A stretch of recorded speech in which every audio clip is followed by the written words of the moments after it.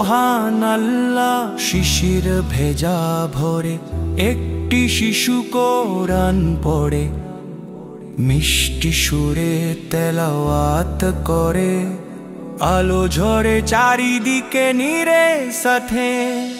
In খরগোশে ছানা নাচে পাশে, হরিণটি থেমে শোনে আশেপাশে। আল্লাহর বাণী শুনে প্রকৃতি নত হয়, সব প্রাণী যেন বলে সুবহানাল্লাহ সুবহানাল্লাহ সুবহানাল্লাহ সুবহানাল্লাহ সুবহানাল্লাহ সুবহানাল্লাহ। পাঞ্জাবি পরে টুপি মাথায়, চোখে শান।